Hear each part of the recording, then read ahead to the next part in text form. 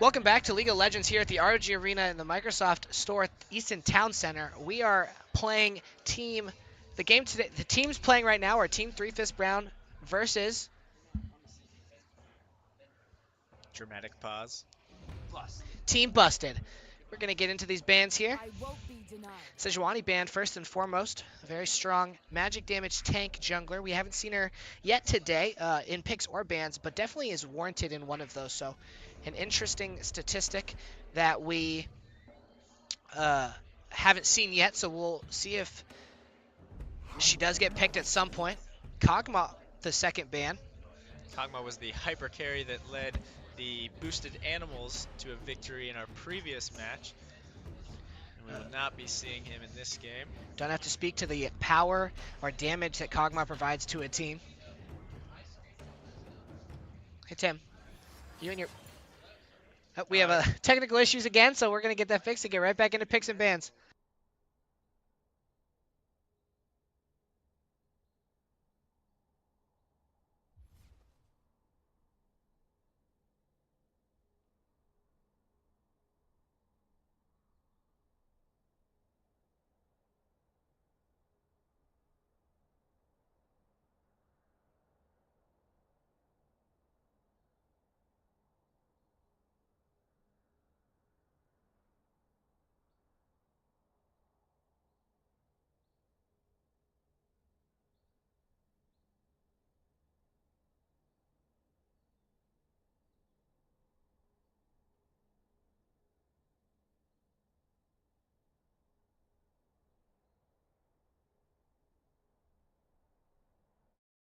Take 2 Electric Boogaloo here, pick bans into this game.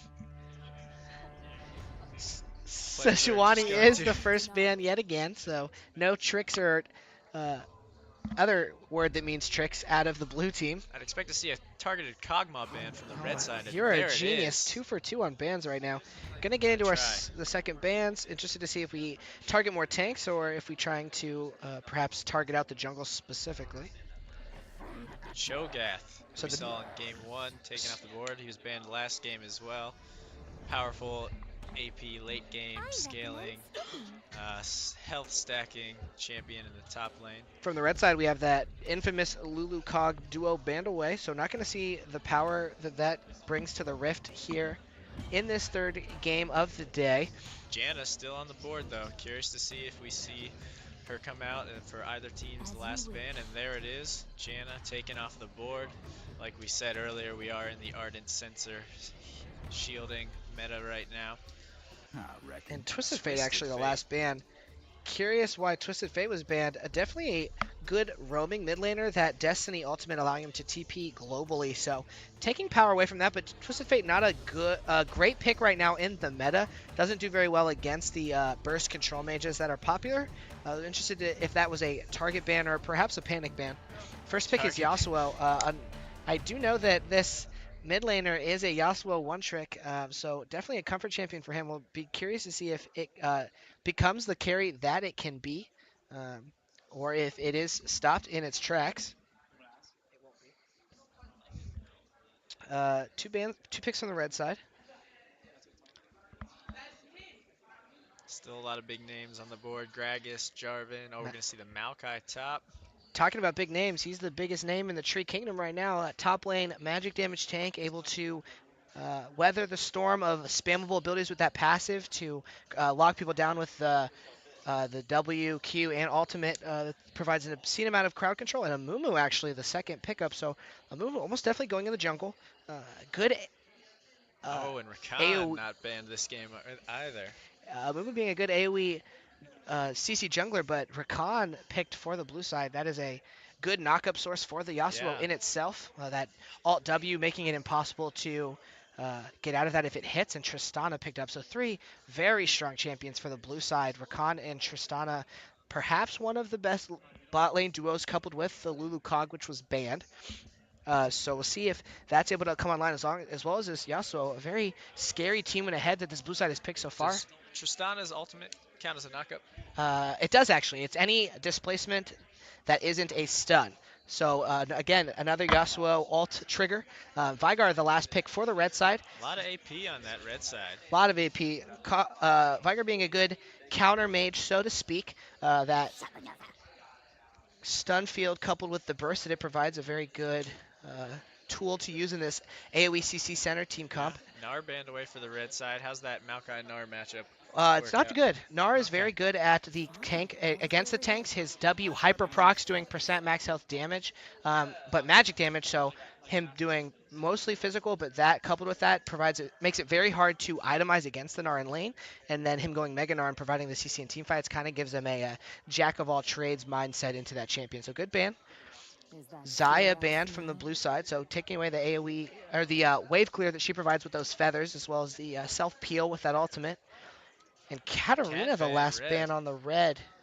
We already have a mid laner, Uh, assuming that you were correct in saying that the mid laner was a one-trick Yasuo. that is true. Katarina is a strong champion. If ahead, does a lot of burst damage, but not sure why it's banned. Too, Might have just been a throwaway. yeah, confident in their team comp perhaps. Yeah, Last ban from the blue side, Caitlyn. So 2 AD bans. Knowing that the red side doesn't have any ADs champion, that's 3 ADs banned and 1 picked. So that champion pool has been diminished. But Jin picked up. Jin a different playstyle sort of AD. Those 4 shots coming out with the same speed regardless of attack speed. But very good burst. And that long range ultimate. how's he fare against Tristana? Not well. That's Good what I in was lane. thinking. Does well in lane, but as soon as Tristana can get some items, Tristana does very well into that. Vladimir picked up for what I assume is the top laner for this blue side. Vladimir going to provide the magic damage that this team desperately needs. Able to uh, heal himself up in sort of a life gain tank sort of champion role. As well as the percent damage increase that that Hemo Plague Ultimate provides is going to allow this late game team comp to really spiral out of control if he can land it on key targets. So look out for that secondary threat up in the top lane. And the last pick is Lee Sin. Ooh. Lee Sin, a flashy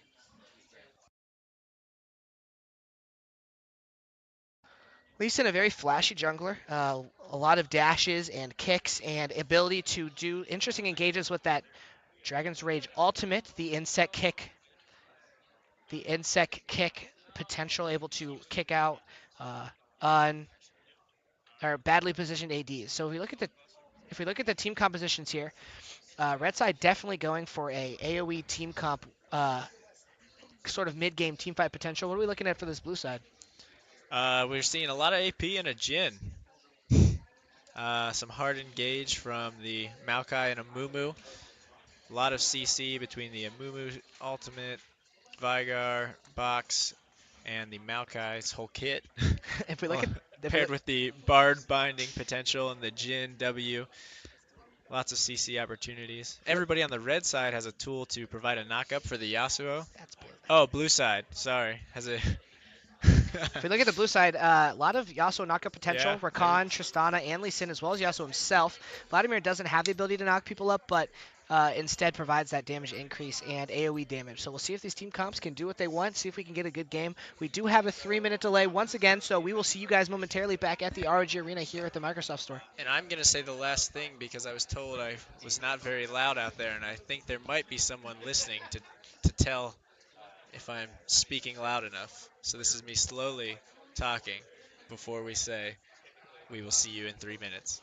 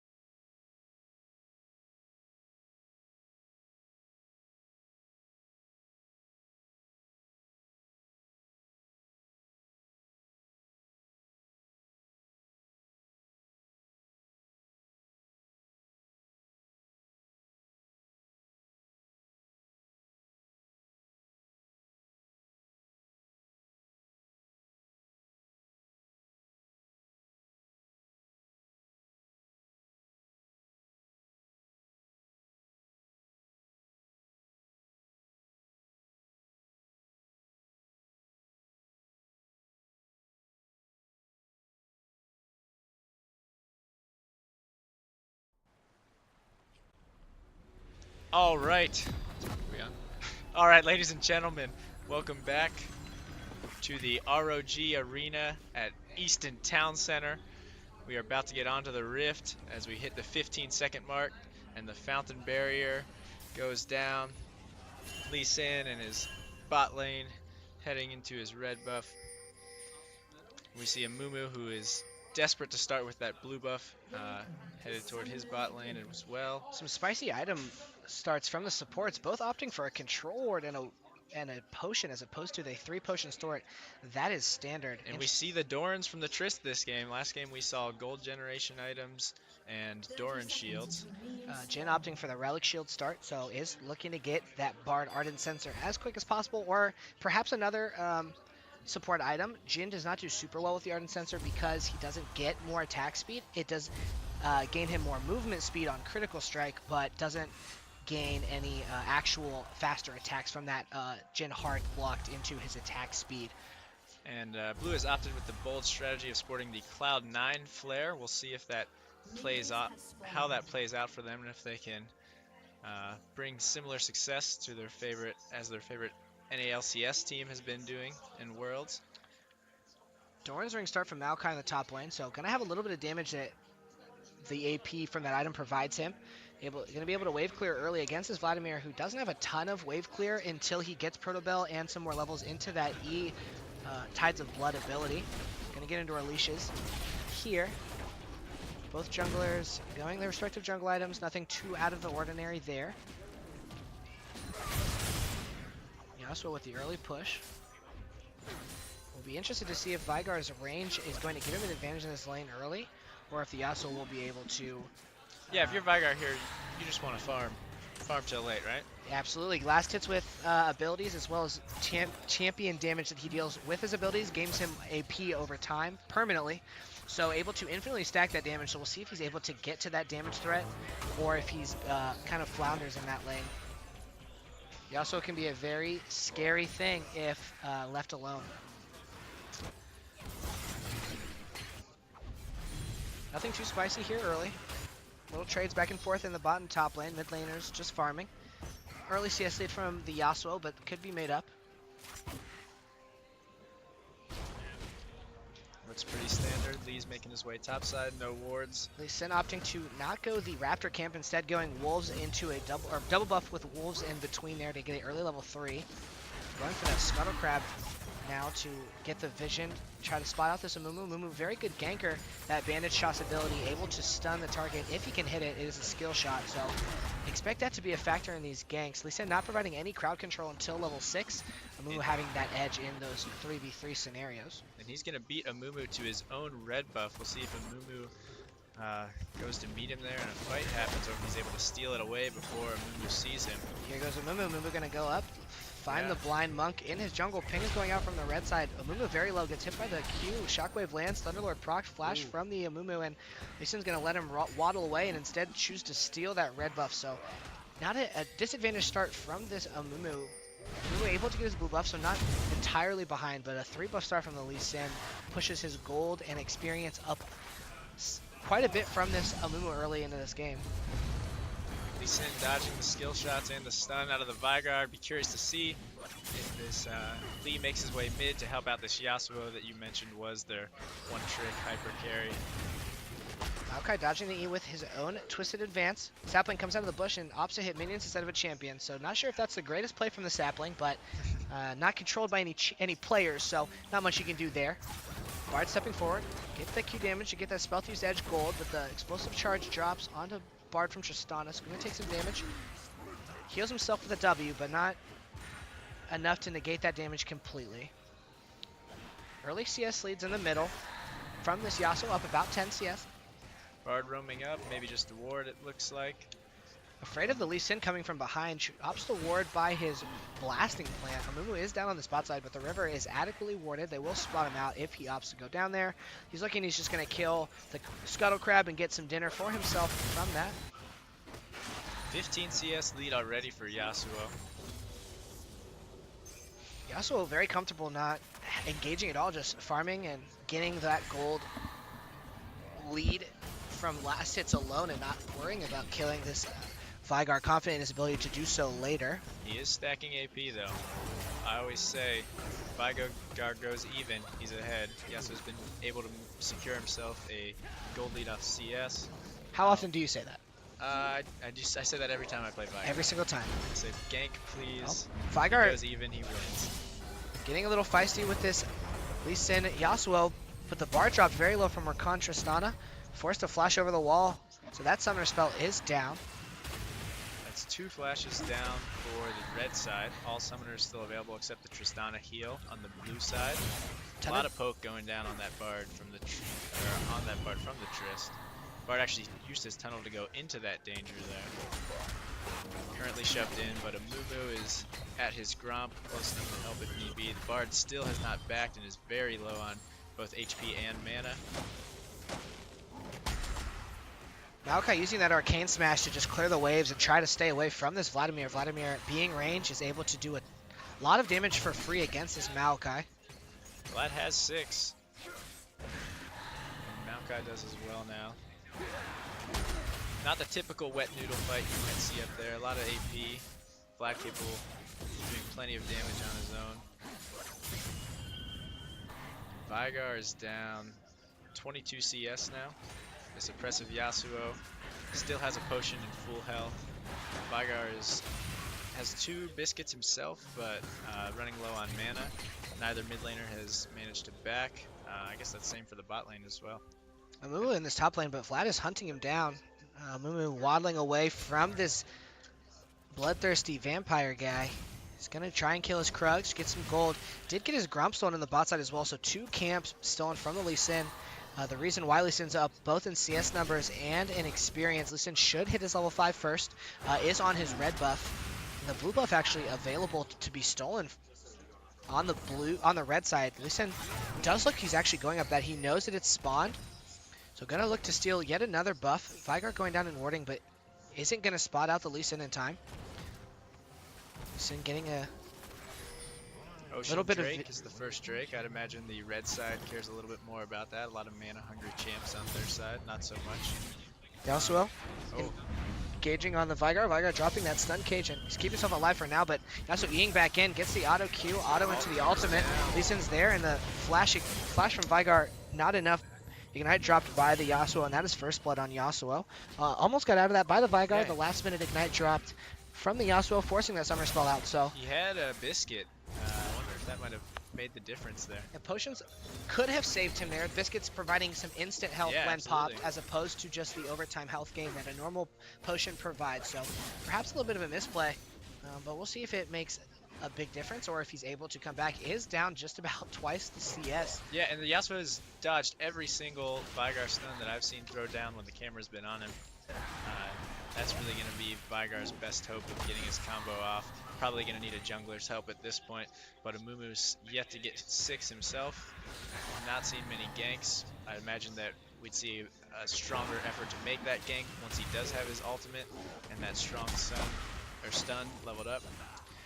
Getting some items purchased here. Maokai has gone for the Spectre's Cowl. The Spectre's Cowl providing health regen after hit by a spell, so going to be a very strong item against Vladimir, who kind of in and out does damage as opposed to a consistent burst. Yasuo looking for the Amumu here. Sitting on a pink. There's no idea, no way the Yasuo knows. Vlad dying to the top lane, drops a Hemoplague and forced to pull away. Yasuo on the Amumu, gonna try and kill him before he gets to that gate, throws the Q, hits it, and ultimate drops out from the Yasuo, and that is a second kill. Lee Sin, scythe turned onto Vigar. Vigar getting hit by the template Crimpus flash. Hits the stun. Flash delay on the ultimate from the Vigar allows the Bard time to catch up and stun the Lee Sin, and that is a kill picked up from Vigar. So not bad, a 1-for-1 in the jungle trade here. Junglers trading death, so good for the red side, getting them a little bit of gold from that. But look where both those kills for the blue side are. Both on that Yasuo carry that we've been talking about. Yasuo, a very scary champion right now, has finished his Phantom Dancer, so on top of the movement speed, attack speed, and critical strike that it provides, that Death Waltz passive providing 12% damage reduction on the last champion that he damaged. Gonna make it very, very hard to 1v1 this Yasuo, and once he finishes his Infinity Edge, we'll already have that 100% crit strike. Bard just found himself in a sticky situation there, decided to ult the enemy Rakan to buy himself enough time to tunnel over into the Dragon Pit. Both ADs getting a BF sword. Uh, Dagger actually out by the Jin, but wait a minute. Stun hits on the Yasuo, or on the Vygar, and a flash Q from the Yasuo picks him up his 3rd kill. Great patience there. Stutter stepping the Vygar stun, knowing he has flash up to secure the kill. Just waits on it, flashes, and is able to lock down his 3rd kill. Tristana going the typical Static Shiv Infinity Edge build. Could go Rapid Fire Cannon for the long range auto attacks, but Static Shiv fairly normal. Ogre's Wormball, or excuse me, Caulfield's Warhammer by the Lee Sin. Almost definitely showing him going that Warrior enchantment, so going to go for early damage and cooldown reduction. Cinderhawk being completed by the Amumu.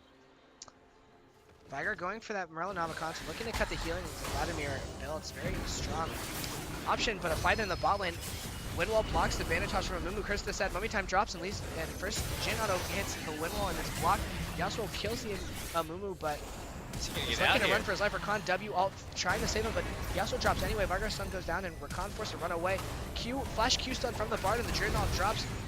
Dark Matter from the Vygar is looking to do a little more damage, and Jin's gonna not get the 4th auto off on the Tristana because the Primordial Burst from Vygar finishes up the kill with that execute damage. So what looked like a great engage from this blue side actually is a 2-for-1 trade.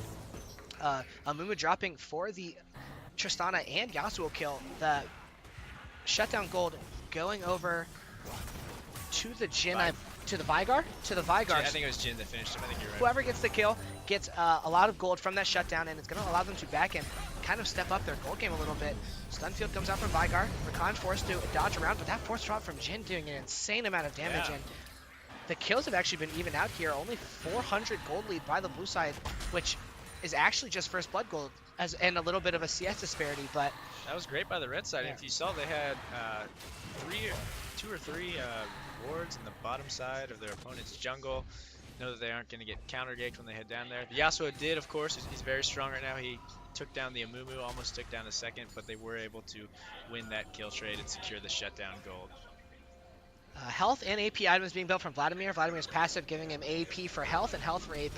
But wait a minute, Q hits onto the Vygar into the Yasuo wall, but the Bardal gets a 4-man knockdown. Yasuo taking a ton of damage, just pick up the Vygar kill, and is going to look to run for his life. Double knockup onto the Bard and to the Amumu, into the Ignite. Q from the Lee Sin picks up a kill, and that is a double kill for Yasuo. And Twisted Advance drops out from the Maokai. Maokai looking to pick up the Yasuo kill. Yasuo kiting and throwing his Q out, trying to survive that shield up, and Maokai out of mana is going to die, and that is a very, very bad play. What appeared to be such a good team play in the bot side turns into a 4-for-0 fight in the middle. Yasuo picking up 3 of those kills, now 7-1, and with the help of this Rift Herald, going to take First Blood Tower.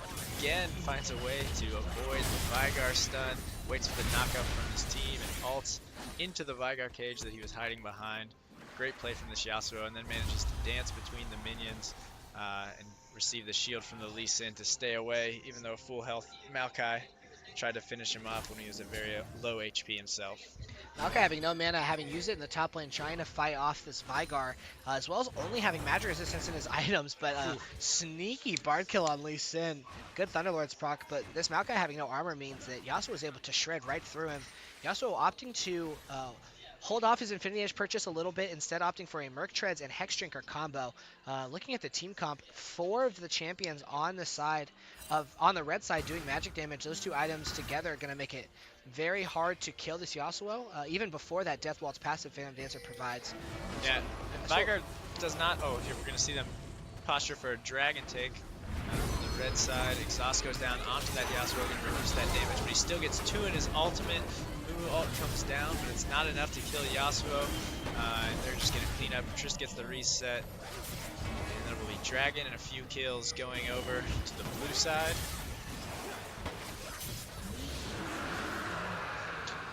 And this Yasuo now with 9 kills has to be the first and the only thing that the CC abilities from the red side are targeted on. Yasuo turning his sights onto Maokai, gets a far twisted advance.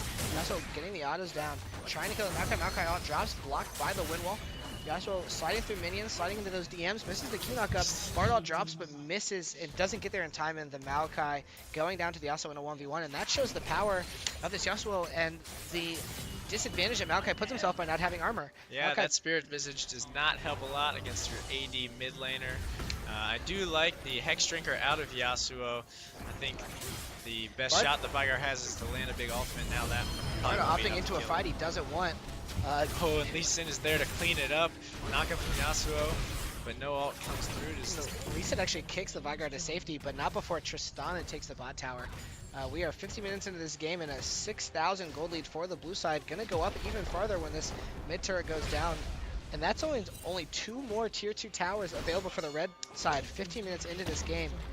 Not a lot they can do. Red side gonna have a very hard time even getting out of their jungle without either of their lane mid turrets or either outer. The blue side's gonna be able to take full control of both jungles, which is gonna expedite their gold lead and map pressure exponentially. Like you said, that last outer turret going down here, I think before Jin can show up. Oh, heal is popped and still gets the kill. Jin sneaking up just before that tower falls, and he actually saves it, blows a summoner for the blue team, and secures the kill. Amumu trying to get out, trying to get to his teammates in the tower, but this Yasuo with 10 kills is able to 1v3 safely, secures 1 kill. Might have a second coming in. There's the second, and is going to do his best to lock down the third. Forces the flash from the Jin. The Vyguard walks up, puts a stun field down, and Primordial burst the Yasuo, and he's playing no games with that champion. Finally able to secure a stun on that Yasuo. It's really hard to dodge that when your opponent casts it from the Fog of War. But still, we've got an 11, 2, and 3 Yasuo with double the CS of his lane opponent. And it's almost a disservice to this Vladimir, but we haven't talked about him at all. He's very comfortably sitting at a 25 CS lead up here with a Sorcerer's Boots and Leandry's finish, but this Yasuo taking control of the middle and bot side, Vladimir having to just not lose his lane and providing pressure for his team. Lee Sin hitting the Qs that he needs, definitely sticking around this Yasuo, trying to get him as fed as possible. 1v1 in the top lane, W dodges the Vladimir E. Sapling hits the slow. Third Q from the Vladimir gets that crit and empowered damage. Tides of blood going down. He's chasing into 3. Maokai ult drops. Vladimir uses that W to dodge out the root and flashes away from the Vygar stun. Yasuo taking the Bard tunnel. Bard exhausting Yasuo, but he hits by the long range Yasuo ult. No teammates around to follow up on this ult. Ults himself, Khan goes in for the kill steal, but that is another kill for this Yasuo. Oh, he doesn't even get the assist gold. And this red side's going to have to stop the bleeding somehow, or this Yasuo is going to be able to 1v9 at some point. He's even going to be able to kill his teammates if he's so strong. They've got a 302 Jin. What do you think their win condition is, though? How do you lock up this Yasuo? How do you deal with that? You just run? You pray that they can keep Yasuo off of Jin and that Jin can get the damage he needs down, that Vygar can blow up the Yasuo or perhaps the Tristana, and after that, you just hope for the best that Jin can stay alive. Again, avoiding the Vygar stun. He lands the tornado but does not follow up with the ultimate. Oh, the ultimate's on cooldown. At this point in the game, anytime you get hit by that Yasuo tornado, you have to hope that that ultimate is on cooldown, or the Yasuo is feeling generous, that he doesn't want to go in for that kill. Yeah.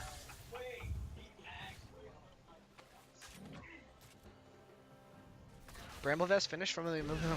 Looking to do whatever they can to stop this Yasuo. Bramblevest reflecting damage from auto attacks back to their user. So looking to do whatever he can to get some damage and some damage reduction onto this from this Yasuo. Still not that tanky. Think he'll finish that Thornmail or move on to a more efficient tank item after completing the Bramblevest?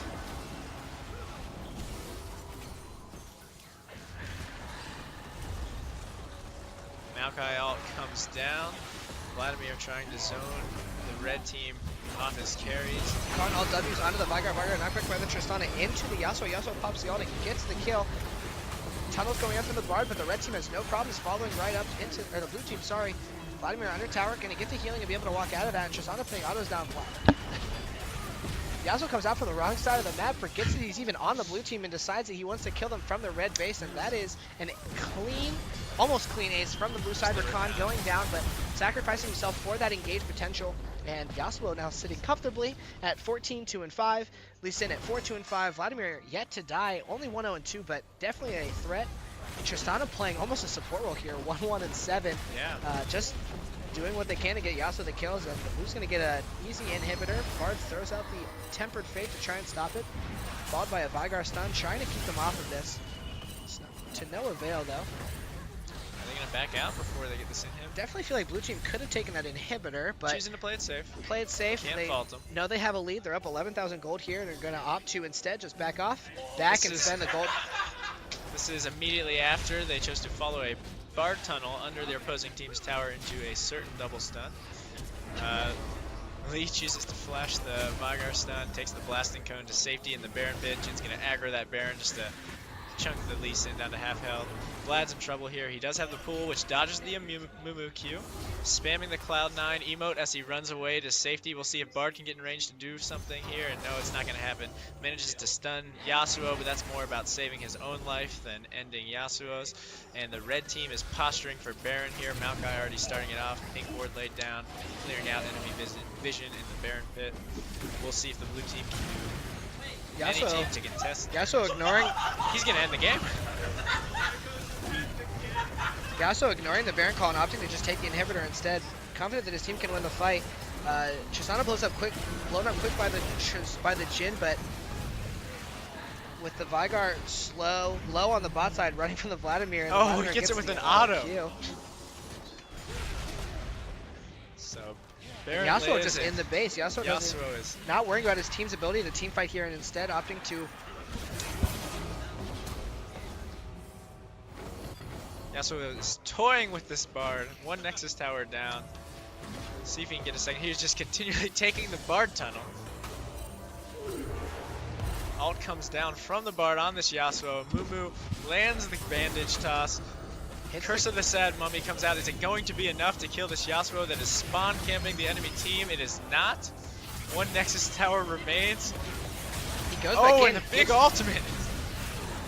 Dies with the Primordial Burst from the Vygar, and only with a double kill. Vygar now left to protect his base from Vladimir and Lee Sin. Lee Sin Q does hit the Vygar. Lee Sin taking the Q in, drops him very low, and the Vladimir picks up the kill with that point and click target ability on his Q. And this Vladimir just so consistent with his Cloud9 emote spams. You'd love to see it. Lee Sin spamming himself as they both choose to back in the enemy team's base with super minions beating down on the lone remaining Nexus tower. This does not look good for the red side.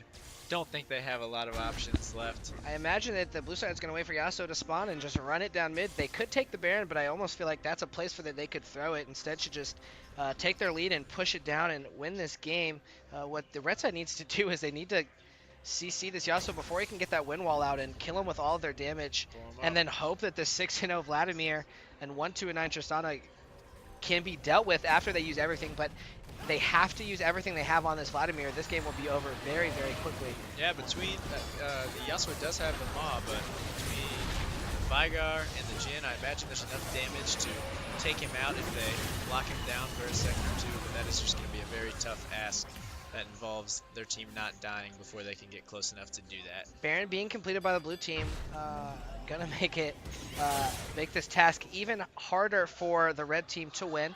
Gonna have to deal with minions on top of this Vygar, or excuse me, this Yasuo. So last time it was just the Yasuo versus the entire red team with 2 Nexus turrets, and they barely survived. Now there's a Yasuo, Baron powered minions, and a team with their ultimates up. I can't imagine that they win this fight. Maokai ult drop. Down.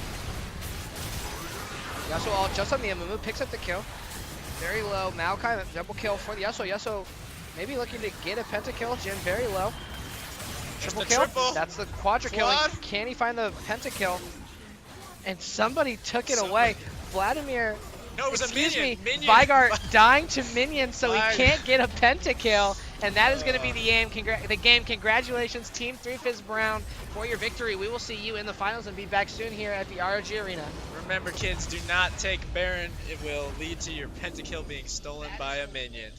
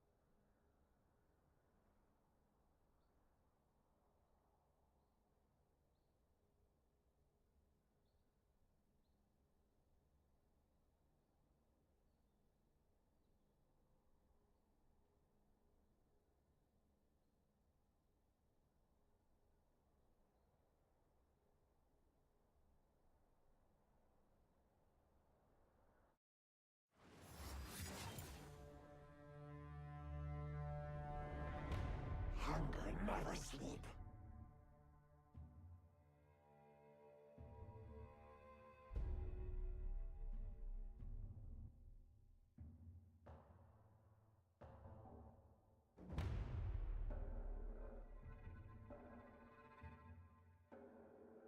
Afraid of the dark? Lies!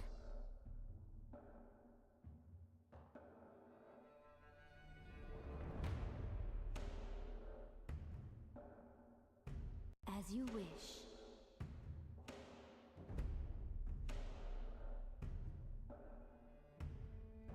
Let me get in there.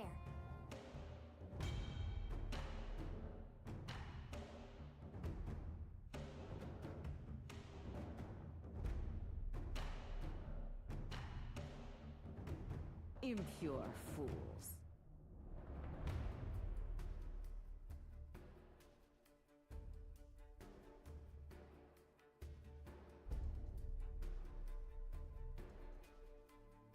Your reckoning will come either way.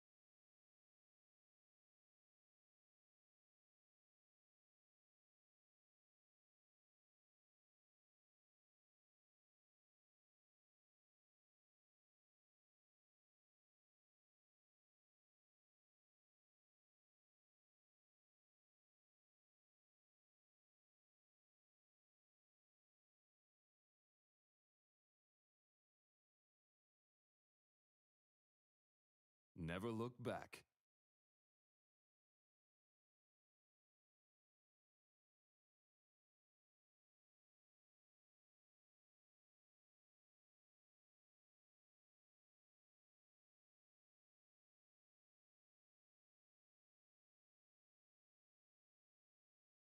Who dares defy my will?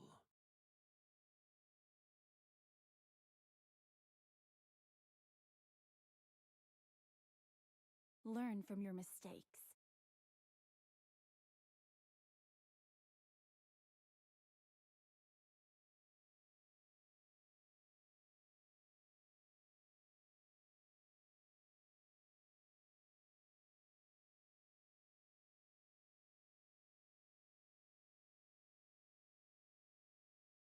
People fear what they cannot understand.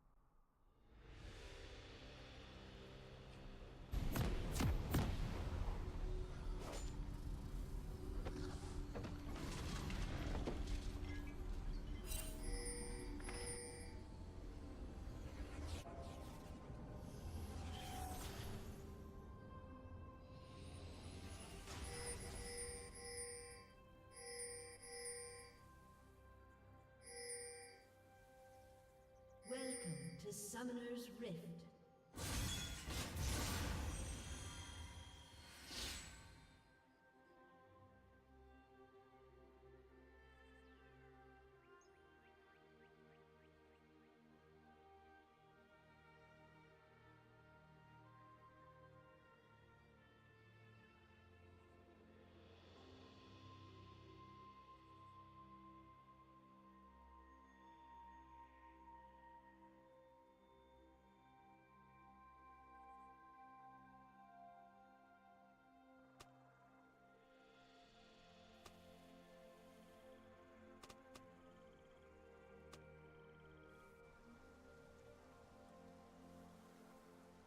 Thirty seconds until minions spawn.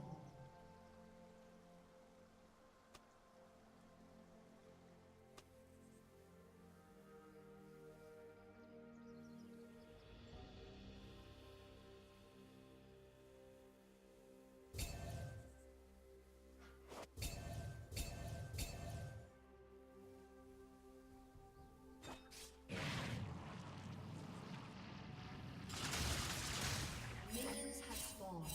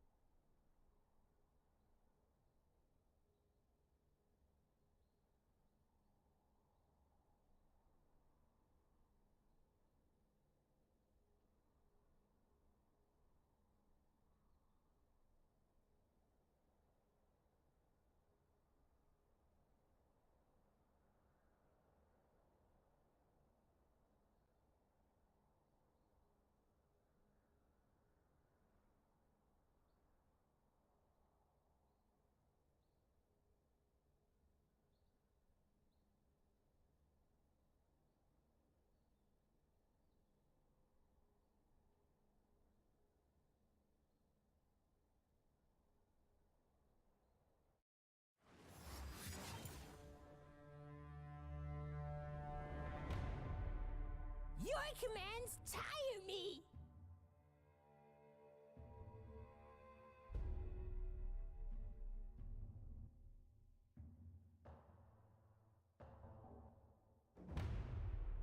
I will not rest.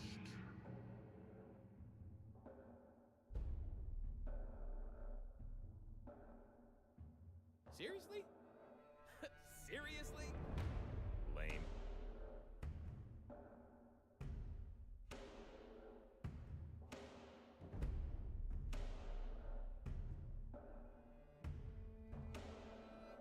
The joke's on you!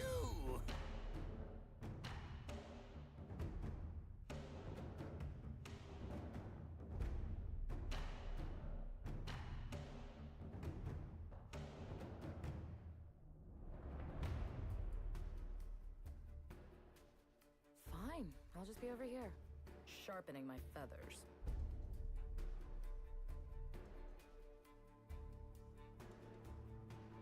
Hunger never sleep.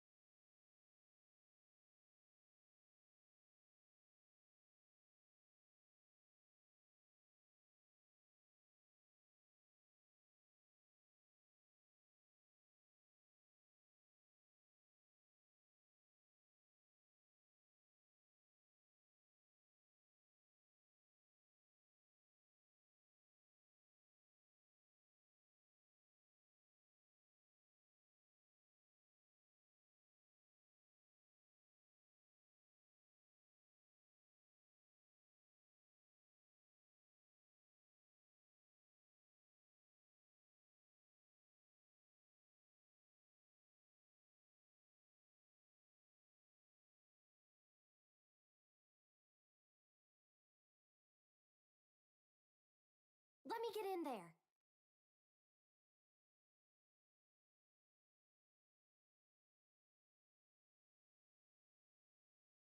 As you wish.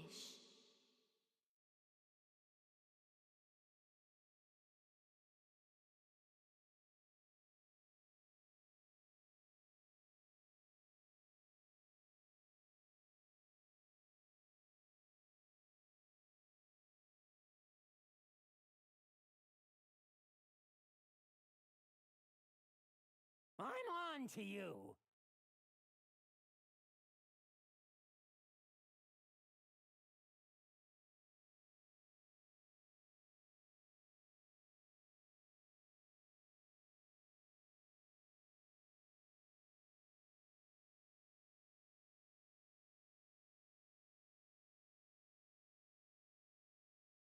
People fear what they cannot understand.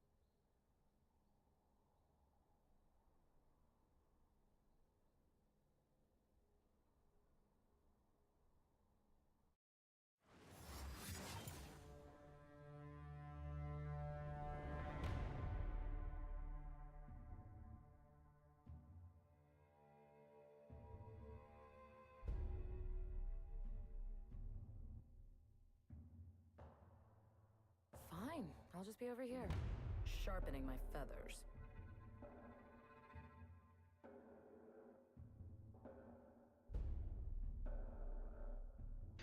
Welcome back to the ROG Gaming Arena League of Legends at the Microsoft Store at the Easton Town Center. We are getting into the grand finals here for this week's tournament. We have Team 3/5 Brown on the blue side versus Team Boosted Animals on the red. Getting right into bans here, Zaya banned away from Team Boosted Animals. Zaya, a very strong AD. We've seen the power of this champion through Boosted Animals with that Rakan combo in the bot lane, and is not something that Team 3/5 Brown wants to see. They also banned away Kog'Maw, so definitely target banning the ADs here, taking away those two late game champions. Team Boosted Animals taking away Zed and Yasuo. Xfinity being the mid laner for Team 3/5 Brown is a very good AD mid lane player. Is a Yasuo one trick which we've seen in a past game, but the Zed is also a champion he's very strong on, so taking away that possibility for those assassination attempts, trying to cripple his champion pool if possible. Last ban coming out is Rakan, so respecting the Lovers of the Rift duo down in that bot lane, making sure that engage DPS combo can even be used. Rakan, one of the best engage supports in the game right now, so a good ban outside of the fact that this bot lane is very good with these two champions. Last ban is Lulu. Lulu, a very good Ardent Sensor ban. Support champion. Her help picks able to give her ADs an increased damage on her attack speed, as well as being able to use that Ardent Sensor. Very strong AD. We're going to get into our picks here. First pick is Galio. Galio could be flexed into the top lane. Most likely played up there this game, actually. But Galio, a magic damage, anti-mage tank sort of champion. Very good wave clear, and that ultimate allowing him to give global damage reduction as well as an engage knockup is a very strong pick.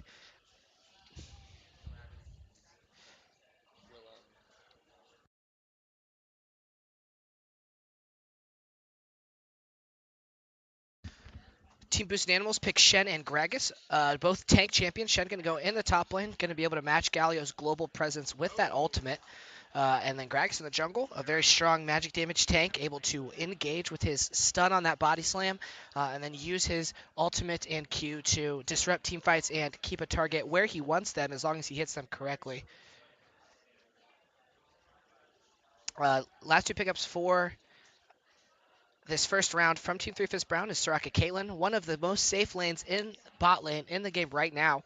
Soraka being a heal bot in this game, able to use Ardent Sensor, but also keep her AD carry alive with that spamming heal and giving them armor.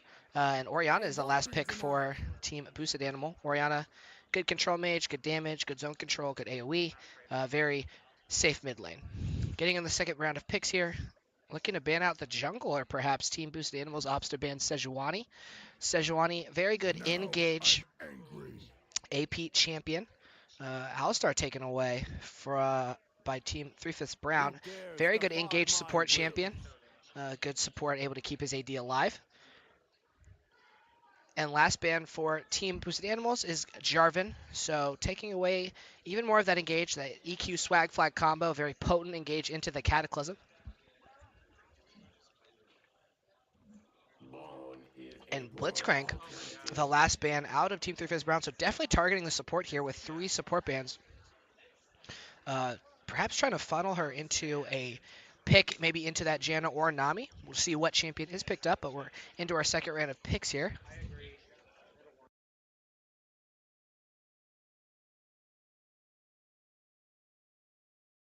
Tristana is the AD picked, so looking for that siege. Definitely a lot of protection for her in that Shen, Gragas, and Orianna, all able to shield or keep others off with that CC.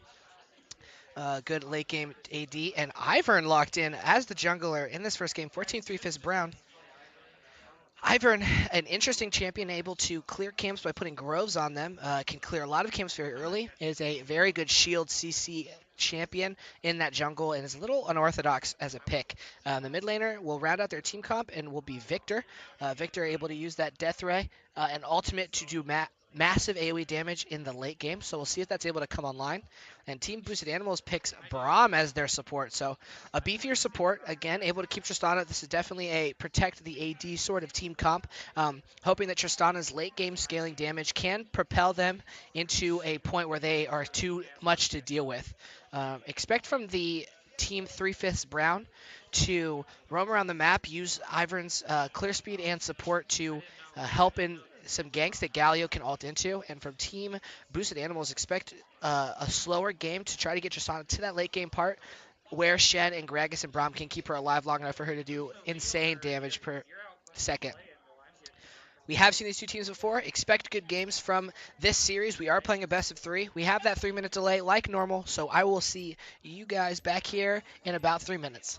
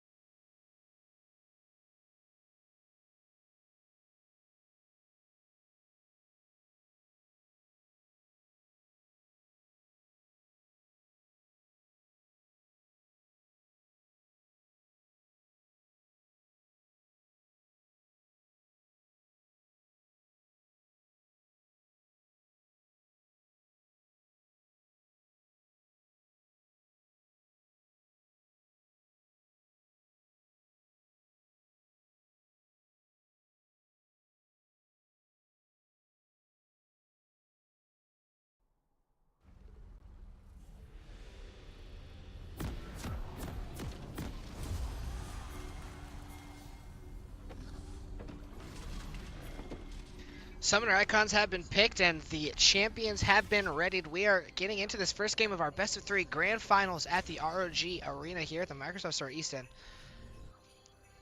Right off the back, Red looks like they're moving in a stack. Shen is down here, so expect some level 1 shenanigans, perhaps an invade.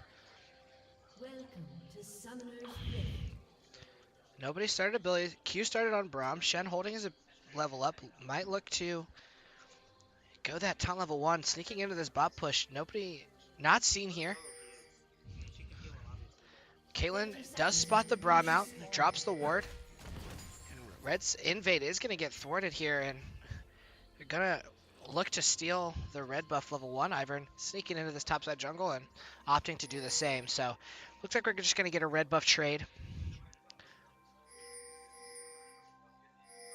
Ward actually spotting out this red side in there, looking to move perhaps towards the blue to try and out map maneuver them, but instead Shen and Orianna are going to go up and try to stop this red invade, and Gragas is going to be behind and try to help.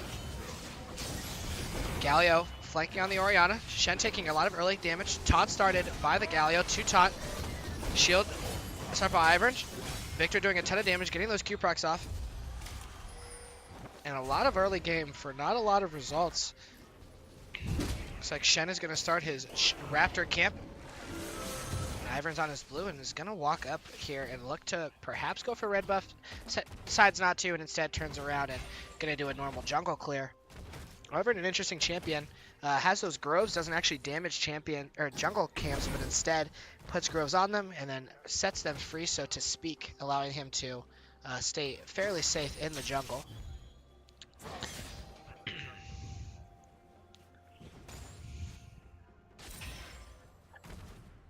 Caitlyn starting Relic Shield, so looking to get Soraka to that Ardent Sensor as fast as possible. Will definitely benefit her in the long term if she can get to that item, giving her heals that extra bonus of also increasing the attack speed from Caitlyn. Shen trading with the Galio. Shen running away from that Galio taunt. A lot of trading in this top lane here.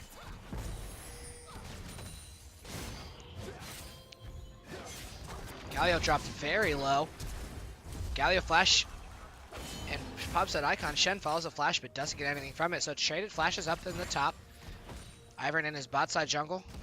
Clearing his groves on Raptors and red. So clean double buff start from the Ivern.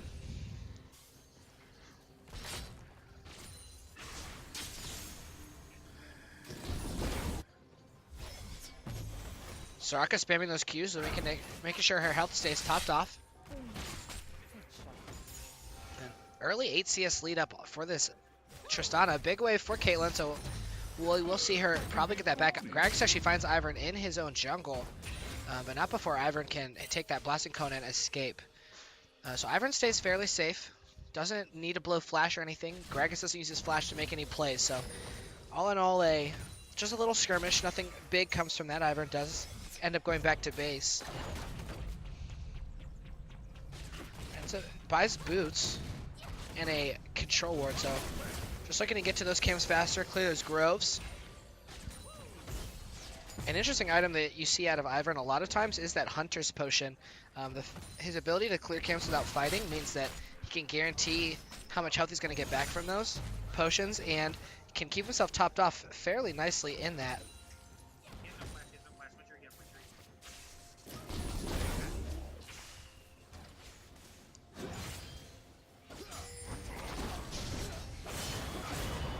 Shen gets the Galio taunt under her, and Galio doesn't have flash. It's going to be an interesting fight, but in the mid lane, Ivern has caught out the Victor. Victor putting out as much damage as he can, but the Braum and Gragas have roamed top to try to help. Victor gets ignited on and get hit by that Braum Q. Ivern's shield drop to try to keep him alive. Flash Galio taunt, and the Victor forced to flash the Orianna ball. So good counter gank there.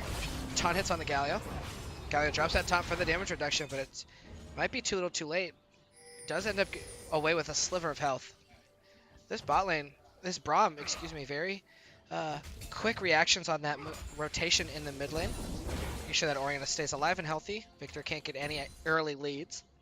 Greg's gonna find the Ivern again. Hits the body slam, gets an auto off, and gonna run away, but Ivern has a different idea. But first in this bot lane, Tristana rocket jumps forward. Both bot and Tristana get stunned by Soraka E. Fourth proc onto the Caitlyn, who does get stunned. Last chapter completed by Victor. So going to go at that Morellonomicon. Expect to see him finish his augment when he gets the opportunity to, increasing that laser's ability to clear waves and making it very easy for him to push out and roam and perhaps help his other lanes. Galio with 6 CS to Shen's 34, very far behind in this lane. Gonna need to use a lot of resources to keep that champion in it right now. It's definitely very far behind.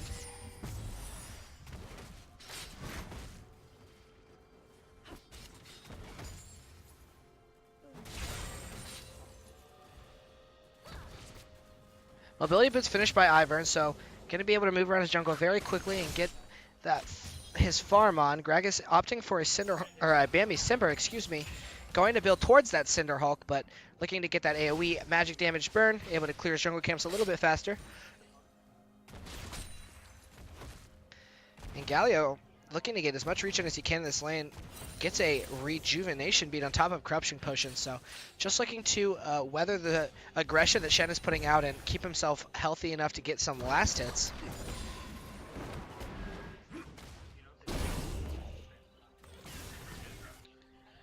Neither bot laners are back here. CS fairly even.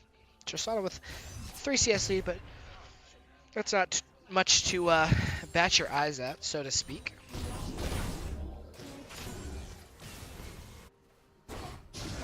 Taunt hits on the Galio. Galio trying to run away. Drops that reduced damage reduction, but Gragas is in the top lane. E blocked by the Shen. Galio forced a flash from the Gragas body slam. And Ivern's top too little, too late. But they decide to go in anyway. The W from Shen go down, so those autos are being blocked. Shield dropped onto Galio. Taunt drops, and that is first blood to the Shen, and Ivern's going to have to run away. There's not enough candy in the world to help him here if he can't survive. Holds onto his flash. Very patient in that regard, but Shen's flash is almost up. It's just going to back and try to avoid this dive.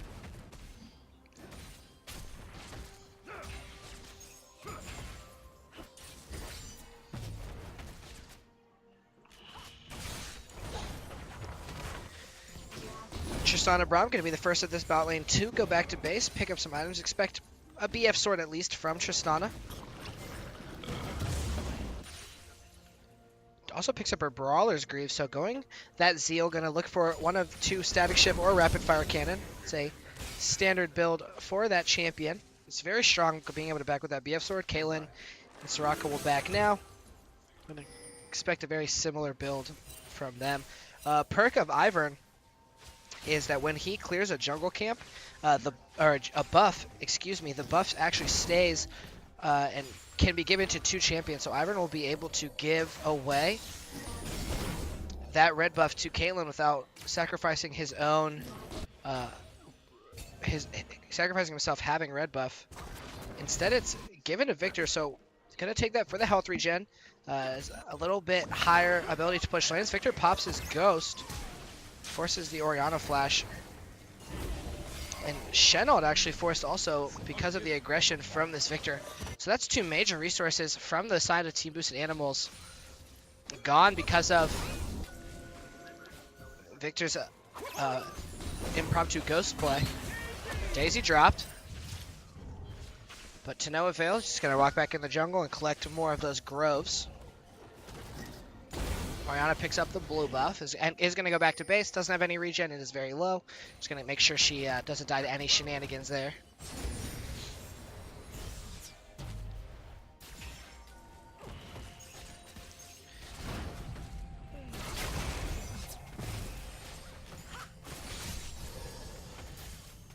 Gragas walking into bot lane, looking for a lane gank. There aren't wards in either of these bushes, so is free to sneak up and attempt to catch them off guard. Trap dies, so he's able to step up even farther. Is 6, so Bramall dropped first. Body Slam actually misses, it hits a minion, and Kaelin's able to flash heal away. Definitely a misplay from the Gragas there, not realizing the hitbox was big enough to catch that minion, and a failed lane gank attempt from Gragas wastes a ton of time. Looking to find this Ivern's red buff, little do they know it's already gone. Ivern coming top again. Have a lot of pressure on the Shen, looking to make sure Galio stays in this game as much as possible. Down around 15 CS. Victor catches out the Braum And the Gragas. Gravity Field goes down. Iron Binding does land. They're just going to walk away. And Victor's going to go back in and clear this wave. Victor does have his first Hex Core upgrade. So upgrading with that upgraded laser is able to one-off laser the backline and clear a majority of the wave safely, which will allow him to either roam or just get last hits without putting himself at too much of a risk. Shen getting a little aggressive here, forcing this Galio off of the wave.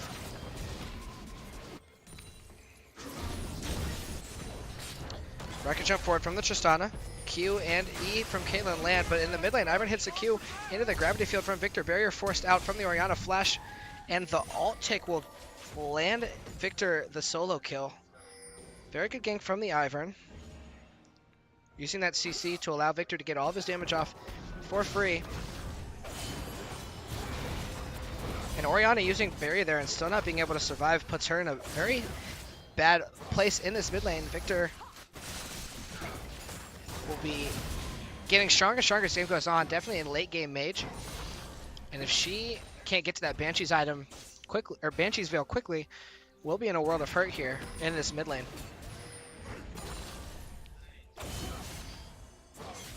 Cinderhawk finished by Gragas. Is becoming a tanky drunkard. Ivern with an Aether Wisp and a Forbidden Idol. More than likely building towards that Ardent Sensor. Braum not known for that item, so... Or excuse me. Although Soraka is picking up that item, Ivern is a secondary user for that. So making sure that Caitlyn can stay alive, have those increased shields, and that attack speed that that item provides.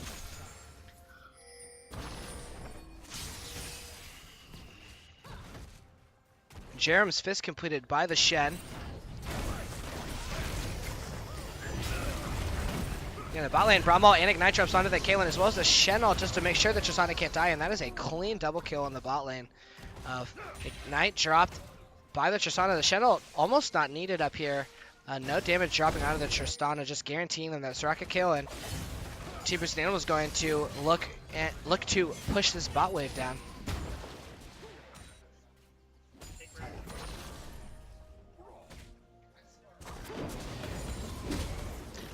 Gragas getting aggressive on a Galio, hits the body slam, ults him backwards, and with that Cinderhawk tick is going to be able to do a lot of damage. Galio drops a W for the damage reduction, forces the flash away, body slam lands under tower,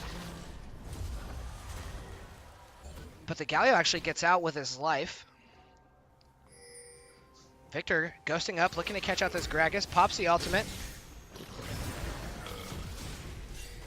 TP comes out from Shen, stopping the Victor from completing this dive, and Gragas is going to get out with just a blown flash. Ghost popped by the Victor, so did waste a little bit of his summoners to burn that, but Ghost being on a lower cooldown than Flash allow him to be relatively safe there. Victor suiciding under tower, knowing he's caught out. 4 members of Team Boosted Animals going up there. Just making sure he's safe and doesn't give that gold over to anybody. A little bit of an extended back, so to speak, with that execute.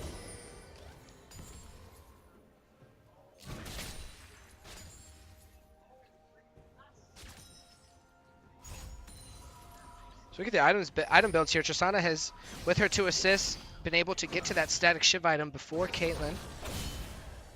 So that burst that item provides, as well as the raw AD from BF Sword, allow her to do a lot wave clear or poke damage if she chooses to use it for that. Caitlyn has now finished hers, but is boots behind. Daisy popped in this top lane gank. Gets the second auto, third auto going for the knockup, does land. Flash burned by the Shen. Taunt lands from Galio into the E knockup. Winds of War land, and that is a kill onto Shen. Ivern actually picking up that kill. Shen getting a little too aggressive up in that top lane and dying for it. So that's going to allow Galio to catch up in this lane. Was losing quite heavily, but will help a little bit. Shen has finished that Titanic Hydra, so able to wave clear, and as he gets more health, do more damage. Tristana relatively far up here. Caitlyn relatively far up. Tristana could opt to rocket jump forward and try and get a solo kill, but Soraka is waiting in the wake, so nothing too tricky coming out there.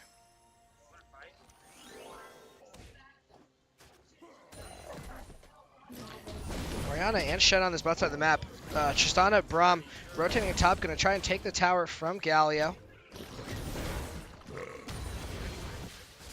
Use the advantage that they have on the Shen to just stay even with Caitlyn and Soraka and allow their bot lane to take a free turret. See if Team 3 Fist Brown can match this, or if this top lane tower will be relatively free.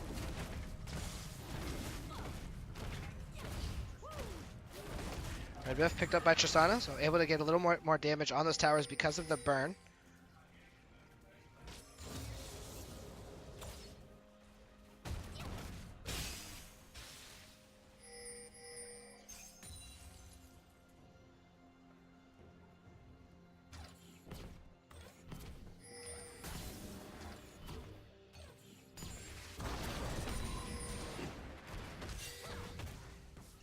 Ivern sitting around in this top lane. Gonna look to try and help Galio survive this bot lane being up here, but Tristana putting a ton of damage onto Galio. Shockwave lands onto the Victor. Ivern shows up, puts the shield, keeping Victor relatively healthy, but the Shen ult comes down. Is they gonna be able to kill the Orianna before the Shen can arrive? And they do, so Shen ult used to no avail, and it looked like a good engage from the Orianna. Quickly turned to a 3v1 scenario. Excuse me, Soraka using ult there, so Soraka not actually involved in the fight other than healing. But does contribute there, making sure Victor didn't die. Victor being able to hold on to both summoner spells while Orianna used both of hers, so Victor getting the best of these trades. Using one to blow two, or in this case, using neither of his summoners to get a kill onto Orianna. Rocket jump stopped by the Galio E into the taunt. Root from Ivern lands next, and flash shield burn from Tristana. Braum puts up Unbreakable Will. 3 procs onto the Galio, aren't going to get the stun up. Gragas was around to help if they needed it, but Galio just flashes out. Going to go back to wave clearing. Ivern will stay up here to help, and they'll try and keep this tower from going down. 17 minutes in the game. We have a 1,500 gold lead in the from Team Boosted Animals. We'll go up here momentarily with the taking of 2 towers. Now closer to 3,000. Galio lands onto the Gragas, into the gravity field, into the top for Galio. So Galio not able to move, and a quick pickup from a quick clean kill pickup for Team 3 Fist Brown. Still down about 2,500 gold though, so a little bit of a mountain to climb. All 3 outer turrets still available. Orianna coming up in a TP behind. Gragas hits the body slam onto Victor. The explosive cast blocks Ivern and Victor back into the Shenton, into the Orianna Shockwave, and that is a very, very good TP flank from the Shen, coupling perfectly into the Gragas and Orianna ult. Caitlyn and Soraka gonna look and try and take a mid turret in response to this play. But I'm not sure it's going to be able to go down before reinforcements come to help. And although they picked up the Gragas kill in the top lane, 3 Fist Brown loses 3 in the process. So not gaining any advantages from that play. Benji's Veil completed by Orianna, so very good itemization against this triple magic damage comp. Ivern, Galio, and Victor being those 3 magic damage threats. Iron Sensor completed from both Soraka and Ivern, so that both of them hitting a good item power spike. Galio getting a Sunfire early, try and protect himself from that Shen and Tristana damage. Kate and Tristana having very similar builds. Tristana with that 20 CS lead and 2 assists, able to get her Infinity Edge before the Caitlyn. Expected to come out of Caitlyn very soon. But Tristana, for the time being, is the stronger of the 2 ADs. Ward's being cleared out here as Infernal is the next dragon. Infernal, a very highly coveted dragon amongst most teams. The percent AD and AP increase. Very good for keeping yourself in the lead if that is the place you're in, or getting yourself to a place where you can come back. Ivern looking for the gank on Shen. Daisy is popped. Shen going to run towards their base. He's going to look to delay while the rest of his team takes mid lane in. Blue team is going to have to choose to ignore it. Caitlyn turns her eyes onto that. Onto the Shen while Rift Herald is popped in the mid lane, and that's going to be a tier 2 mid tower taken if they can do something about it. Looking to kill the Rift Herald as quickly as possible, but Justana's going to be able to auto-track this turret down. Rift Herald actually gets the last hit. Gragas getting the kill feed shout out, but Rift Herald getting the last hit on that turret. And now with their eyes set on Infernal, Blue team is going to have to push into a Shen Orianna. A 4-man Shen tie into Orianna Shockwave. Soraka all being able to keep him alive. Galio tanking in the front line. Caitlyn on the wings with being able to get DPS as a 4-man gravity field from Victor stuns up the team. Caitlyn goes down to the 2 tanks, and Victor sitting in the red pit trying to get as much damage done as possible. But a very well executed fight from Team Boosted Animals that all started from the lack of vision from this team, or from Team 3 Brown. Able to hide in that bush and set up their chain CC so that Team 3 Brown had no way to get out of that. And that is a 3-kill pickup into an Infernal Dragon. And that is going to put Team Boosted Animals comfortably up 6,000 gold 21 minutes into this first game.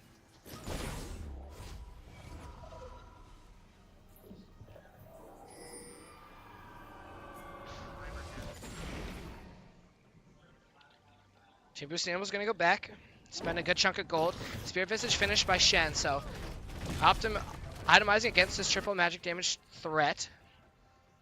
Merc treads into Glacial Shroud and Crystalline Bracer.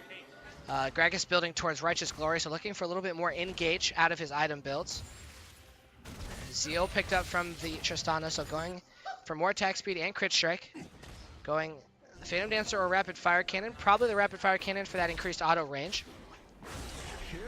Leandry's coming out from the Orianna, or excuse me, Haunting Guys building towards that Leandry's. Looking to get that percent burn so that she can burn through those tanks if need be. Where did that come from? Righteous Glory completed by Gragas.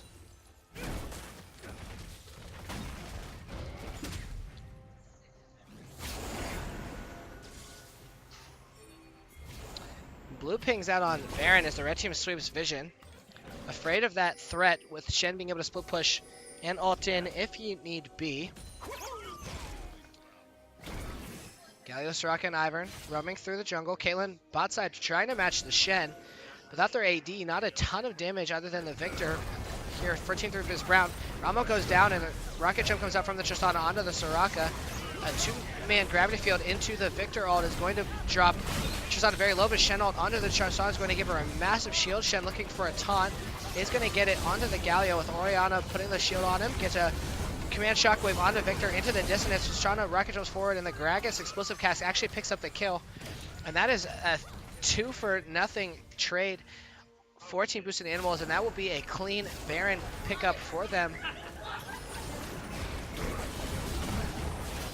Braum very low, gonna have to step out of there. Caitlyn comfortable just sitting mid and farming out the jungle. Or the mid lane, excuse me, trying to stop that minion wave from pushing. Red team's gonna back and spend a little bit more gold. Redemption finish from Ivern, so that AoE heal gonna be big in stopping this AoE CC team comp. That is coming out from Team Boosted Animals. Rapid Fire Cannon finish from Tristana, so those double Zeal items being completed. Aegis of Protection coming out from Braum, so providing that AoE magic damage. Morale and Omicron finish for Victor, and as people start to get to some more item spikes here, expect team fights to be a little more explosive. A lot of cooldown reduction, a lot of critical strike, a lot of damage. But with Team Boosted Animals with Baron, they're going to look to push on this mid lane with this bot lane. Do have a 10,000 gold lead here, 25 minutes in this game with Infernal and Mountain. Just going to send Shen to the top lane and choose to split push here. Just use this Baron as spread out as they can. Galio engages onto the Tristana, but Tristana more than okay with auto-attacking back. Doesn't really have an option because of the taunt, but chooses to do it anyway. Orianna Gets the QWE onto the Kalen into the Gragas stun, and Kalen drops promptly to that Galio stun. Stunned by the Braum passive into the Shockwave into the Gragas on, and Gragas now taking 2 kills from Orianna with that explosive cask. Top tower goes down, and Shen turns his eyes onto the inhibitor as the rest of the red squad is in this bot lane pushing with Baron to take this tower.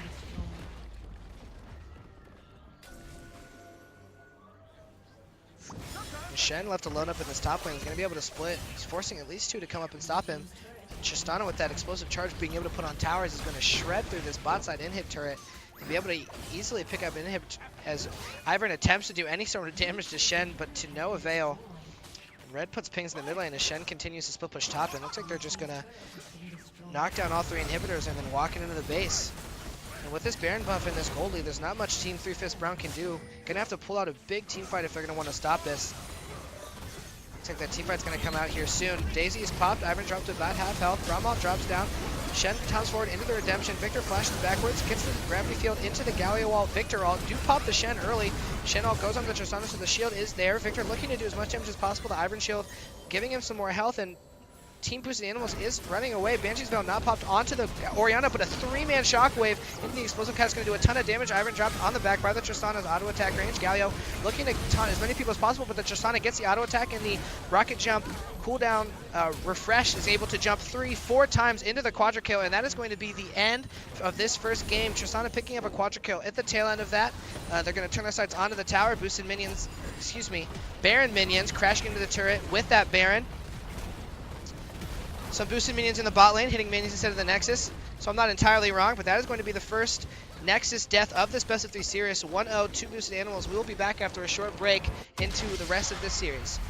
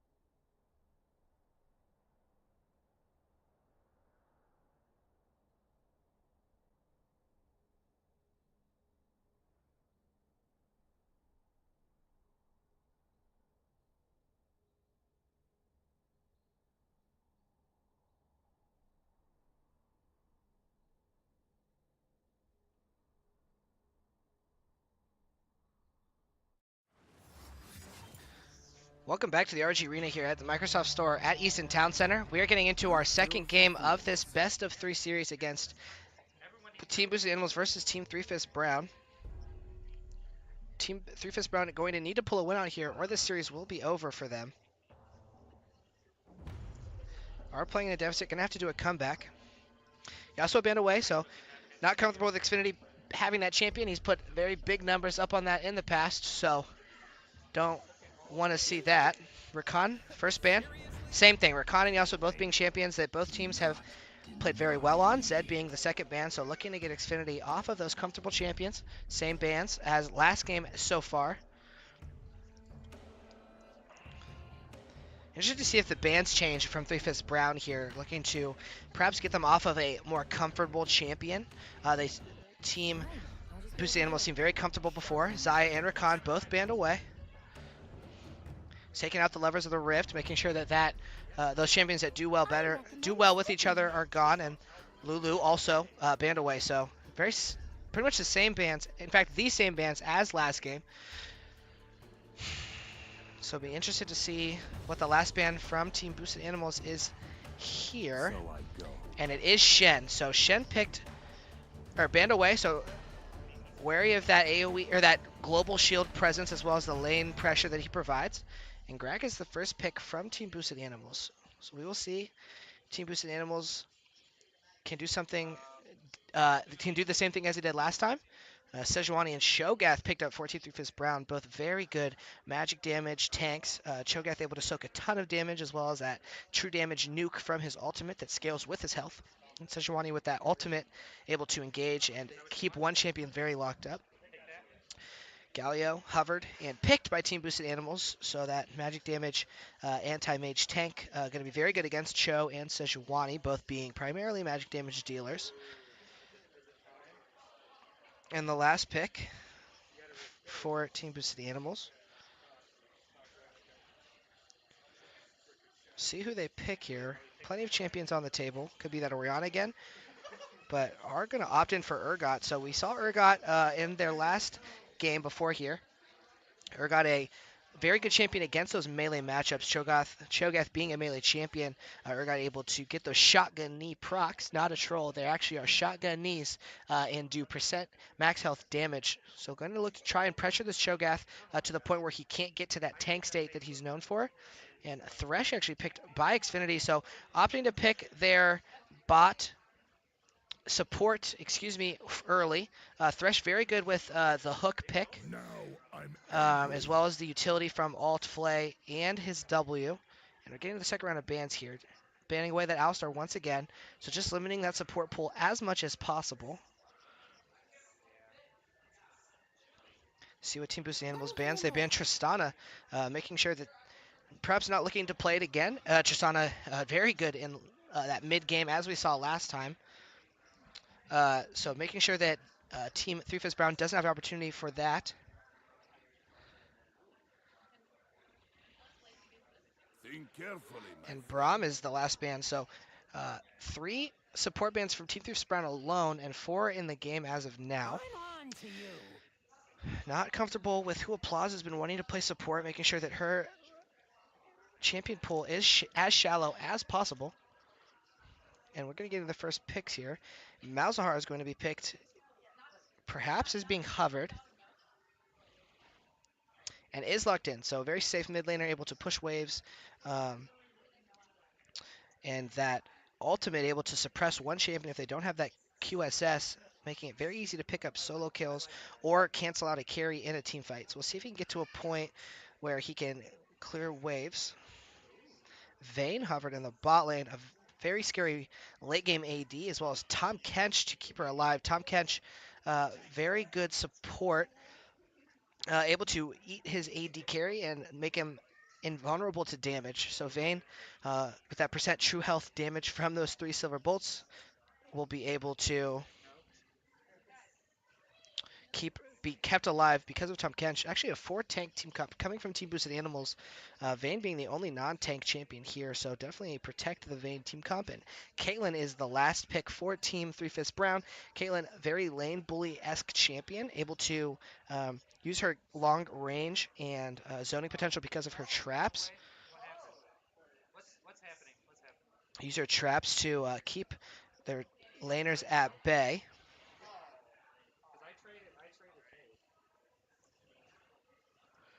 And if we look at the team comps here, we definitely have a Deathball team comp from Team Boosted Animals, using their tanks to frontline while Vayne gets the free damage that she can in the back lane, and Tom Kench keeping her alive. Team Boosted Animals looking to looks like wave clear here. Cho'Gath and Thresh and Sejuani very good at disengaging. And Malzahar Caitlyn very good at their AoE wave clear with a lot of single target pick potential. So we'll see if these team comps can come online and do what they are picked to do. We will be back. We have our 3-minute delay as per usual. And we will see you guys back on the Rift here in a second in this game 2 for the RG Arena.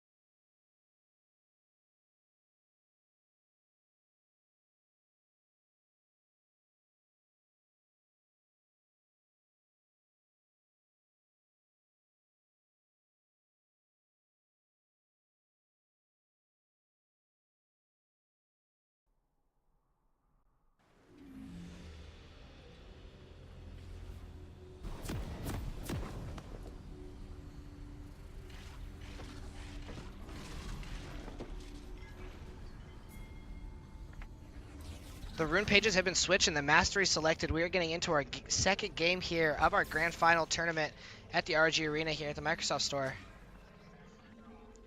And some interesting decisions, some champions some summoners changing where they're playing. We have the blue team grouping up for what looks like an invade again. Urgot with them. Cho'Gath sitting in the top lane, so not going to have the help there if they opt to invade. If we look at the abilities that were started, Urgot started W for that DPS. Condemn from Vayne, so no abilities selected yet. Be interested if they do go for the invade or if they're just watching for level 1 plays and are going to go back to base afterwards. Everybody dancing right now. Is like boxing with shadows. Normal item starts. Is like boxing with shadows. Looks like they're going to I have no time for opt out nonsense. of the aggression early. Urgot's going to crawl his way back into the top lane. They're going to get some normal bot side leashes here.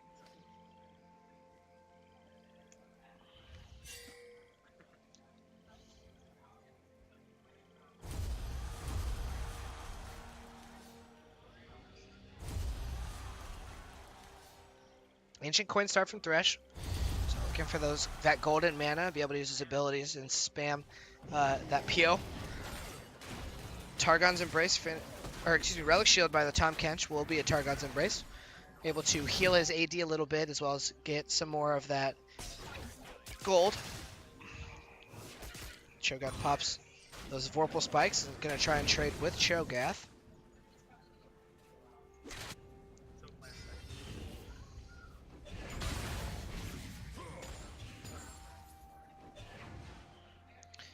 Nothing too interesting happening here early.